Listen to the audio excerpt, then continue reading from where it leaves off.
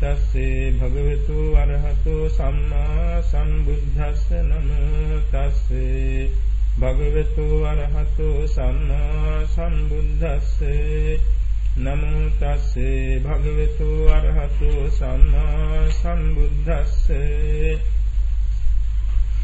විචේය දානං සුගතං පසත්තං යේ දක්ඛිනේයා ඉද ජීව ලෝකේ ඒතේසු දින්නානි මහත් ඵලානි බීජානි වුත්තානි යථා සුඛෙත්තේති. ශ්‍රද්ධාවන්ත පින්නතුනි, තුන් ලෝකාග්‍ර වූ භාග්‍යවත් අරිහත් සම්මා සම්බුදුරජාණන් වහන්සේ අංකුර දිව්‍ය රාජයා ඉන්ද්‍රක දිව්‍ය රාජයා දෙන්න ඉදිරියේ දේශනා කළ ගාථා පෙළක එක ගාථාවක් මේ ප්‍රකාශ වුණේ. බුදුරජාණන් වහන්සේ බුදු වෙලා 7 වෙනි අවුරුද්දේ ඇසලපෝය දවසේ යමා මහ පෙළහරපා 20 කෝටියක් දෙන නිවන් පුර පමුණුවලා තවතිසා දෙව්ලොවට වැඩිය වස් කාලේ අභිධර්ම දේශනේ කරන්න. සක්දේව රජතුමාගේ ආසනයේ පූජා කළා වැඩින්ද. මාතෘ දිව්‍ය රාජ්‍යයක්, අංකුර දිව්‍ය රාජ්‍යයක්, ඉන්ද්‍රක දිව්‍ය රාජ්‍යයක් තුනා කල්ැතුම පැමිණියා. මාතෘ දිව්‍ය රාජ්‍යය දකුණු පැත්තෙන් ඉන්ද්‍රක දිව්‍ය රාජ්‍යයක් එතන වාඩි වුණා. වම් පැත්තෙන් අංකුර කියන දිව්‍ය රාජ්‍යය වාඩි වුණා. ඉතින් ඈත දසදහසක් වලින් මහේශාක්‍ය දෙවියන් බ්‍රහ්මයන් එනකොට අංකුර කියන දිව්‍ය රාජයා නැගිටලා ඈතට ගියා. 12 දෙනෙක් තරම් ඈතටම ගියා. ඉතින් මේ දෙන්න මහා පුණ්‍යවන්ත දෙන්නේ ඉන්ද්‍රක හා අංකුර. ඒ නිසා මේ දෙන්නට ආબોධය දෙනු පිණිස අභිධර්ම දේශනාවට පළමුවෙන් මේ දෙන්න සම්බන්ධ කතාවකට මුල පිරුවා. අංකුර දිව්‍ය රාජයාට කිව්වා මහා දානං පයාදින්නම් අංකුර දීඝමන්තරේ අති දුරේ නිසින්නෝසී ආගච්ඡ මම සම්තිකං කියලා. අංකුරයේ ඔබ දීර්ඝ කාලයක් මහා දානයක් දුන්නා නේද? අවුරුදු 10000ක්. දසදහසක් අවුරුදු මහා දානයක් දුන්නා. මම ළඟින්දලා ඈතට ගියේ ළඟට එන්න කිව්වා. එතකොට අංකුර දිව්‍ය පුත්‍රයා කිව්වා ස්වාමීනි මම අවුරුදු 10000ක් තිස්සේ දුගී මඟී අසරණ අනාථ ආදීන්ට දන් දුන්නා. නමුත් එදා මගේ දානේ මහත්ඵල කරන්නට කිසිම සීලවන්තයෙක් හිටියේ නැහැ, තිසරණ ගත කෙනෙක්වත් හිටියේ නැහැ. සාමාන්‍ය මිනිසයන්ටයි මගේ දාන දෙන්න ලැබුණේ. ඒක හරියට නිසරු කුඹුරක වපුරපු වියකින් නිසරු අස්වැන්නක් ලැබුණා වගේ. ස්වාමීනි ඔය සමීපේ ඉන්න ඉන්ද්‍රක බුද්ධ ශාසනය එක දන් හැන්දයි තිබුවේ. නමුත් සරුසාර කෙතක වපුරපු නිසා මට වඩා මහේශාක්‍යය කියලා අවංකවම කියා හිටියා. ඒ මොකද මේ අංකුර කියන දිව්‍ය රාජයා අපේ බෝසතුන් වහන්සේගේ සහෝදරයෙක් පෙර ජාතියක. ඒ කාලේ බොහෝම දීර්ඝාවසයි. අවුරුදු 10000කට වඩා දීර්ඝාවස කාලෙක එකම ඒ රජ කෙනෙකුගේ පුතුන් 10 දෙනා එකම දූ කෙනෙකුගේ 11 දෙනෙක් හිටියා. ඒ දියණිය වැඩිමල් අක්කා අංජන දේවි කියලා. අනිත් 10 දෙනාම පුදුමාකාර සූර වීර යෝධයෝ දරු 10 දෙනා. වාසුදේව, බලදේව, අග්ගිදේව, වරුණදේව, චන්දදේව, සූර්යදේව, අර්ජුන, පජ්ජුන, ගතපණ්ඩිත අංකුර කියලා. මේ 10 දෙනාගෙන් 9 වෙනි අපේ බෝධිසත්වයෝ. ගතපණ්ඩිත. 10 වෙනියා තමයි මේ කියන්නේ අංකුර දිව්‍ය කුමාර, මේ අංකුර රාජ කුමාරයා. ඔය අතර මේ 10 දෙනා තරුණ වයසටපත් වෙලා පිය රජුරුවන්ගෙන් කැමැත්ත ලබාගෙන එවකට තිබුණු ජම්බුද්දීප රාජ්‍ය 101ම අත්පත් කරගත්තා. අත්පත් කරගෙන මුළු ජම්බුද්දීපේ කොටස් 10ට බෙදුවා. කුමාරවරු 10 දෙනාට. තමන්ගේ වැඩිමල් අක්කව අමතක වුණා.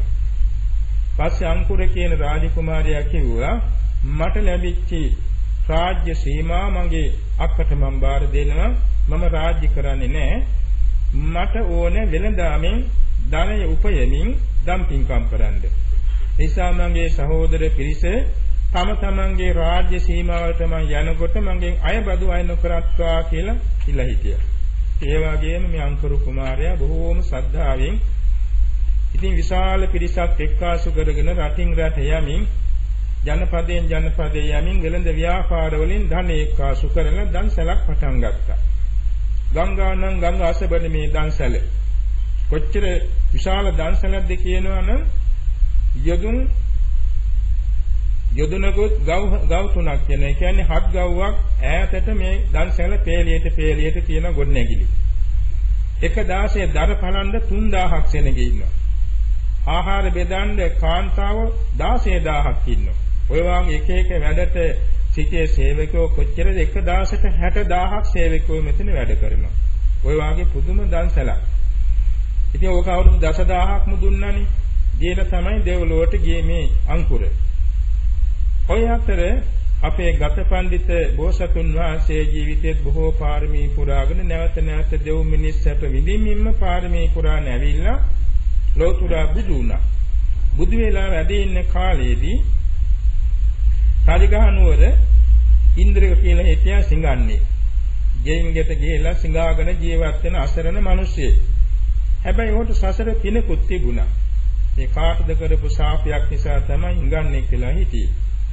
එක දවසක් මේ හිඟන මිනිසයා කෑම හොයාගෙන ගියක් ගන්න යනකොට බත් හැන්දක් බෙදන්න ගෙනාවක ගෙදරෙහි.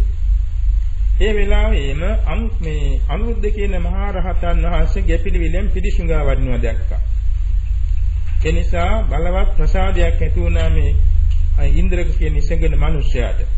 මහා ප්‍රසාදයක් ඇති වෙලා ඒ තමාගේ බඳුනට බෙදන්න ගෙන දන් හැන්ද තමන් අතින් අල්ලන්නේ නැතුව ඒක අපිරිසුදු වෙයි කියලා අතින් අල්ලන්නේ නැතුව කිව්වා මට දෙන මේ දන් හැන්ද මේ පින්දපාතේ වඩින ස්වාමින් වහන්සේගේ පාත්‍රයට මං වෙනුවෙන් පූජා කරන්න කිව්වා. ඒ විදිහට පූජා කළා. පූජා කිරීම නිසා පුදුම ශ්‍රද්ධාවක් මේ තැනැත්තගේ හිතේ තව තවත් වැඩුණා. ඒ වගේම ඒක නැවත සිහි කර පුදුමාකාර සැපයක් හිතට ඇති කරගත්තා. කුසාසිත වැඩි දියුණු වුණා. තමන් කළ දන් හැන්ද ගැන නැවත සිහි කිරීම නිසා භාවනාමය පිණකුත් වැඩුණා. අන්තිමේදී ඔහු කලුරිය කරලා ගිහින් ඒ දෙව්ලොවම ඉන්ද්‍රක නමින් දෙව් රජ කෙනෙක් වෙලා උපන්නා. අංකුර කෙනේ දිව්‍ය රාජයා අබුද්ධෝත්පාද කාලයක කළ කුසලයෙන් ලැබුණු ආනිසංසයට වඩා බුද්ධෝත්පාද කාලයේ කරපු දන් හැන්ද පිදීමේ කුසලය මහත්ඵල බවට පත් වෙලා තිබුණා. ඔහු මහේශාක්‍ය දෙවි රජ කෙනෙක් වෙලා උපන්නේ. ඉතින් මේකයි අර සිද්ධිය. ඉතින් පස්සේ බුදුරජාණන් වහන්සේ ඔය දෙන්නට සෝවාන් මාර්ගඵල ලබන්න පින මත වී තිබුණු බැවින් ගාථා පෙළකින් ධර්ම දේශනා කළා. ඒ එකක් මේ කියුනේ. විචේය දානං සුගතප්පසත්තං යේ දක්ෂිනේය ඉද ජීව ලෝකේ මේ මනුලව යම් කෙනෙක් දක්ෂිනාට සුදුසුද එවැන්නන් සොයා බලා විමසා දන් දීම සුගතියන් වහන්සේ අනුගමනය කළ චාරිත්‍රයක්. ඒතේසු දින්නානි මහප්පලානි එවැනි දක්ෂිනාට සුදුසු උතුමන්ද දෙන දානය මහත්ඵලයි. කොයි විදිහද කියනවා නම් බීජානි වුත්තානි යතා සුඛෙත්තේ සරු කෙතක වැපුරු වියකින් සරු යස්සන්නක් ලැබෙන්නක් මින් කියලා දේශනා කළා. තින දෝසානි චිත්තානි රාග දෝසා අයම් පජා තස්මාහි වීත රාගයේසු දින්නම් හෝති මහප්ඵලං. තවත් ගාථාවක් ඒ දෙන්නට දේශනා කළා. කෙත් වතු යා මේ කෙත් වල කුඹුරු ලියේදී වල බොහෝ තෘණ කලෑටි ඇති වෙන කුඹුරු වල ගොයම නිසරු කරන්නේ. ඒ වාගේ මේ ලෝක සත්‍ය රාග නැමැති උපක්ලේශයන්ගෙන් කිලුපි. එවන්නන්ට දෙන දානෙට වඩා වීත රාග උතුමන්ට දෙන දානේ මහත්ඵලයි. තින දෝසානි කෙත්තානි දෝසා අයම් පජා තස්මා වීත දෝසේසු දින්නම් හෝති මහත්ඵලං. මේ කුඹුරු යායවල් තෘණ පැලෑට වැවීම නිසා කුඹුරු නිසරු වෙනවා. ගොයම නිසරු වෙනවා. ඒ වාගේ මේ ලෝක සත්‍ය දේශේ නැමැති තෘණ මේ වල් පැලෑට වලින් දූෂිත වෙලා තියෙනවන්ට දෙන දානට වඩා වීත දෝෂ උතුමන්ට දෙන දානේ මහත්ඵලයි. තින දෝසානි කෙත්තානි මෝහ දෝසා අයම් පජා තස්මා වීත මෝහේසු දින්නම් හෝති මහත්ඵලං. කෙත් යායවල් වපුරුවාම එව වල් පැලෑට ඇතිවීම නිසා නිසරු වෙනවා. ඒ වගේ තමයි මේ ලෝක සත්‍ය මෝහය නැමැති දේව දෝෂයෙන් මෝහය නැමැති වල් පැලෑට වලින් අපරිසුදුයි. එවැන්නන්ට දෙන දානෙට වඩා වීතමෝහි උතුමන්ට දෙන දාණය මහත්ඵලයි. තින දෝසානි චෙත්තානි ඉච්ඡා දෝසා අයම්පජා තස්මාහි විගතිච්ඡේසු දින්නම් හෝති මහත්ඵලං. චෙත්යායවල් කුඹුරු යායවල් වපුරුවාම ඒ වාට මේ තෘණ පැල ඇති වල් පැල ඇති හට ගැනීමෙන් නිසරු වෙනවා වගේ මේ ලෝක සත්‍ය බොහෝම ඉච්ඡා කියන්නේ නොයෙක් ආසාවල් නොයෙක් දේට ආසාවල් ඇත්තෝ එවන්නන්ට දෙන දානේ මහත්ඵල වන්නේ නැත. නිසා නොයෙක් ආසාවල් නැති මේ නොයෙක් මේ බලාපොරොත්තු නැති අයට ලෞකික බලාපොරොත්තු නැති අයට දෙන දානේ මහත්ඵලයි කියලා ගාථා 5කින් දේශනේ පැවැත්තුවා. එයින් මේ දෙන්නගේම හිතේ අර සසර කරගත්ත මහා පිනක් මතුවලා දෙසුම් කෙලවරදී සෝවාන් මඟඵල නිවන් අවබෝධ වුණා. ඊට පස්සේ තමයි අභිධර්ම දේශනේ ආරම්භ කෙළේ. අභිධර්ම දේශනා 3 මාසයක් පෙළියට පැවැතුණා. අවසාන 16 මාතෘ දිව්‍ය රාජ්‍ය ඇතුළු 80 කෝටියක් දෙන මඟඵල නිවන් සුව අවබෝධ කරගත්තා. ලක්දිව මනුලොවට නැත වඩිද්දි දේශෝ දේශනාවෙන් 30 කෝටියක් දෙන නිවන් අවබෝධ කරගත්තා. ඔය 3 මාසය ඇතුළත ඒ විශාල පිරිසක් ඒ කියන්නේ කෝටි 130ක් මඟඵල නිවන් ලබාගෙන තියෙනවා. ඉතින් මේ දේශනාව තුලින් අපට පැහැදිලි වෙන අපි කොච්චර වාග්යවන්තද කියලා. මේ ලෝකේ දන් දෙන්න සුදුසු සිල්වත් ගුණවත් මහා සංඝ රත්නයේ බුදු සසුනේ වැඩ ඉන්නවා. මේ මහා සංඝ රත්නයට දෙන ස්වල්පෝද දාණය මහත්ඵල වෙනවා මහත්ානිසංස වෙනවා. වෙනත් ආගමිකයන්ට මේ වාසනාව නැහැ. ඒගොල්ලෝ දන් දෙනවා. ඒගොල්ලෝගේ දානේ මහත්ඵල කර දෙන්න කිසිම සීලවන්තයෙක් කියන්න ලැබෙන්නේ නැහැ. බුද්ධ ශාසනය පමණයි ලැබෙන්නේ. ඒක නිසා බෞද්ධයන් වශයෙන් අපි මහා පුණ්‍යවන්තයෝ සසර පින් කරපු නිසා අපට මේ බුදු සසුනක් ලැබුණා. බුදු සසුනේ කරන ඊටාම ස්වල්ප කුසලේ පවා මහත්ඵල මහත්ානිසංස බාටපත් වෙනවා. ඒ නිසා එවැනි පින්කම් කරන් අපි සසර පින් කරගෙන ඇවිත් තියෙනවා. අද මේ කරන කුසල් බෙලෙන් නිවන් දකින අතුරු අපට භවයක් වාසා සිල්වත් ගුණවත් උතුමන්ද බුදු සසුන් වලට එවාගෙම දම් පින්කම් කරමින් අපේ නිවන් මඟ පාරමී පුරා ගන්න ජාති ජාති වාසනාව වේවා කියා අපි ප්‍රාර්ථනා කරන්නට වටිනවා. දැන් අද මේ මොහොතේදී මේ ධාර්මිකව දාන වස්තු සූදානම් කරගෙන ඇවිත් මල්පලමින් බුද්ධ පූජා පැවැත්වුවා. සංඝ රත්නයේ දන් පෙන් පිළිගැන්වුවා. සිල් පිරිසට දාන උපස්ථාන පැවැත්වුවා. එවාගෙම සීලයක පිහිටියා බණ පදයකට සවන් දුන්නා.